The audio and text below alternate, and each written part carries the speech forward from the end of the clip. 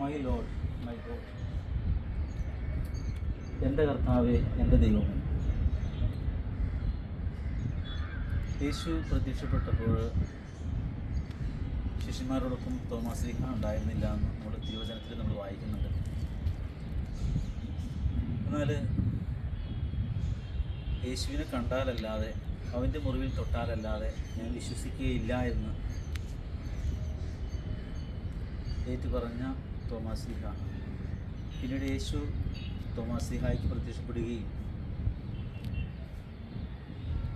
നീ അവിശ്വാസിയാകാതെ വിശ്വാസിയായിരിക്കുക എന്ന് ഈശോ തോമാസ് ലീഹായോട് പറയുകയും നിൻ്റെ വിരൽ കൊണ്ടുവരിക എൻ്റെ പാർശ്വത്തിലിടുക, എന്നിട്ട് അവിശ്വാസിയാകാതെ വിശ്വാസിയായിരിക്കാനായിട്ട് തോമാസ് ലീഹായോട് ഈശോ പറയുകയും ചെയ്തു.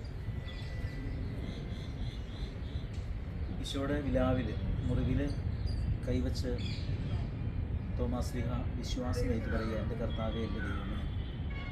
എൻ്റെ കർത്താവേ, എൻ്റെ ദൈവമേ എന്നൊരു വാക്കല്ല പറയുന്നത്, ഒരു നിലവിളിയായിരുന്നു എന്ന് ഞാൻ മനസ്സിലാക്കുന്നത്.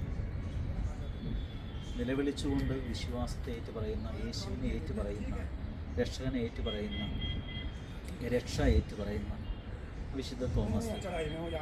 പ്രിയമുള്ളവരെ, ഞാൻ ഓർക്കുന്നു, നമ്മുടെ വിശ്വാസം നിലവിളിയോടെ ഏറ്റു പറയാൻ, എൻ്റെ കർത്താവേ, എൻ്റെ ദൈവമേ എന്ന് വിളിച്ച് ഏറ്റു പറയാനായിട്ട് നമുക്ക് ഇടവരട്ടെ.